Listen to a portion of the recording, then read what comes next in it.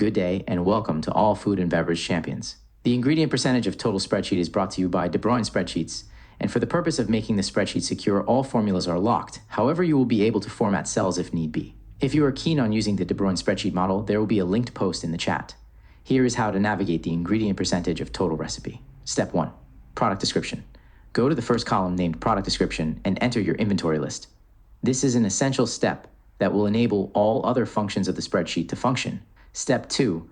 Product volume grams or milliliters.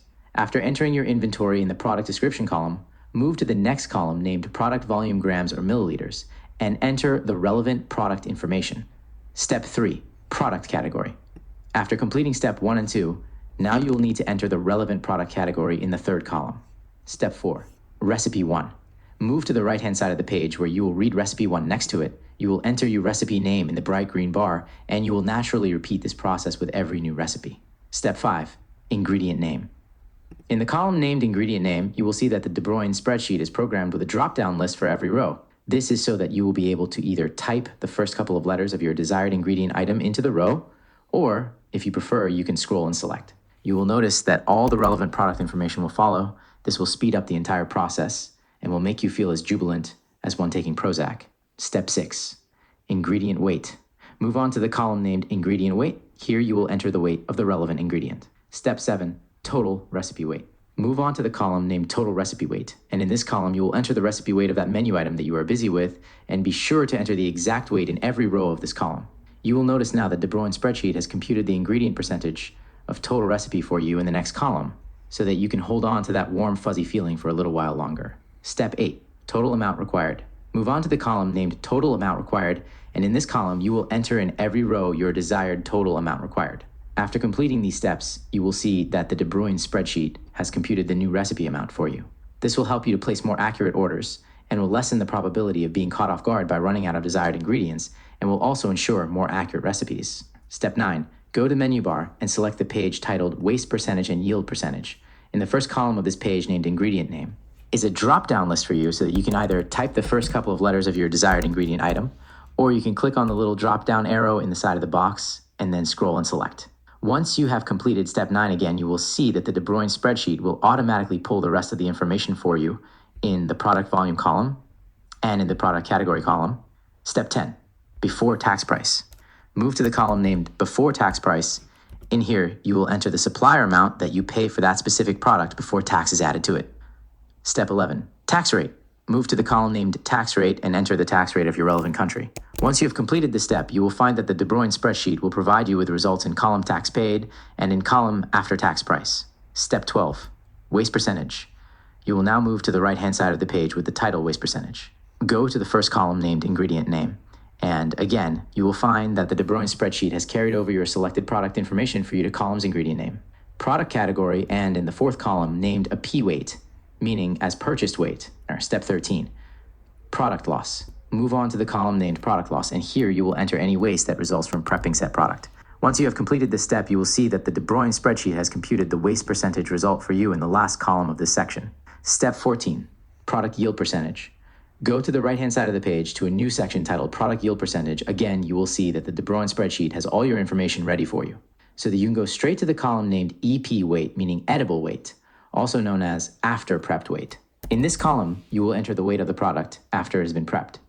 Once you have completed this step, you will see that in the last column named Product Yield Percentage, the De Bruyne spreadsheet will have computed your product yield percentage for you. Step 15. Yield Percentage. Move to the section of the page titled Yield Percentage, and here, based on the prior steps taken, you will see results. You will not do any work in this section of the De Bruyne spreadsheet. Step 16. A P required, or as purchased product required. Move to the right-hand side of the page to the section titled A P required, meaning as purchased product required. You will now go straight to the third column of this section and enter your EP required, meaning edible product weight required. And just like that, you will see that the De Bruyne spreadsheet provides you with results in the A P required column, so that you will know exactly how much of that ingredient you will need to order. This process also works the other way around, as you will see in the next section of the page. Step 17. EP required, or edible weight required.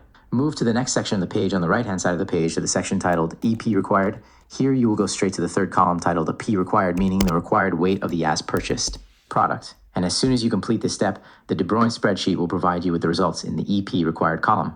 Quick and easy, so that you can always have that can-do chipper attitude. Step 18, EP, cost per pound, or edible cost per pound. Go to the next section on the right-hand side of the page titled EP, cost per pound. In this section, the De Bruyne spreadsheet will provide you with the results based on your prior information that you have recorded.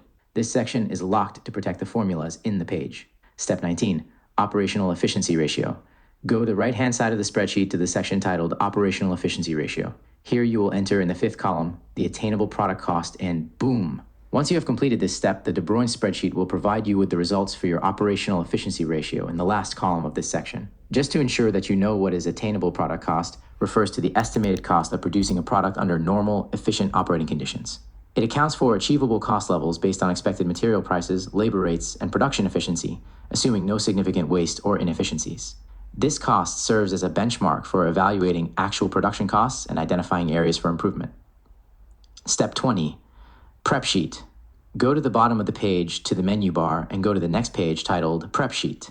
Here you will see in the first section of the page in the dark blue column named Supplier List that you can enter your suppliers in there, and this information will ensure the rest of the efficiency of the De Bruyne spreadsheet and will enable you to make product quality comparisons and efficiency between your current vendors. Step 21, date. Go to the date column and enter the relevant date. Step 22, supplier. In column name supplier, you will see that there is a drop-down list for you with all your relevant suppliers that you have recorded during step 21. Select the vendor name that has delivered to you and enter the invoice number in the next column named invoice number. Step 23, product. Go to the column named product, and in here you will find that the De Bruyne spreadsheet provides you with a drop-down list in every row, and based on your detailed work at the beginning of the spreadsheet, all your inventory ingredients are already here for you to select from, and you will also see that the De Bruyne spreadsheet will automatically provide you with your pre-programmed EP weight. Step 24, EP weight. Go to the column named EP weight, and here you will enter the edible weight or after prep weight of that ingredient from that specific supplier. Once you have completed this step, you will see results will reflect in columns, product loss per gram, net waste percentage, and product yield percentage. Step 25, spec proportion. Move to the right-hand side of the page where you will find the section titled Spec Proportion. Here you will simply enter the desired product spec, and the De Bruyne spreadsheet will provide you with results in the second column of this section named Number of Portions. So that's the way of it then. Follow the link in the chat if you would like to own a De Bruyne spreadsheet, debruyne.gumroad.com/L/VPT. And please, like and subscribe. Put that in your pipe and smoke it.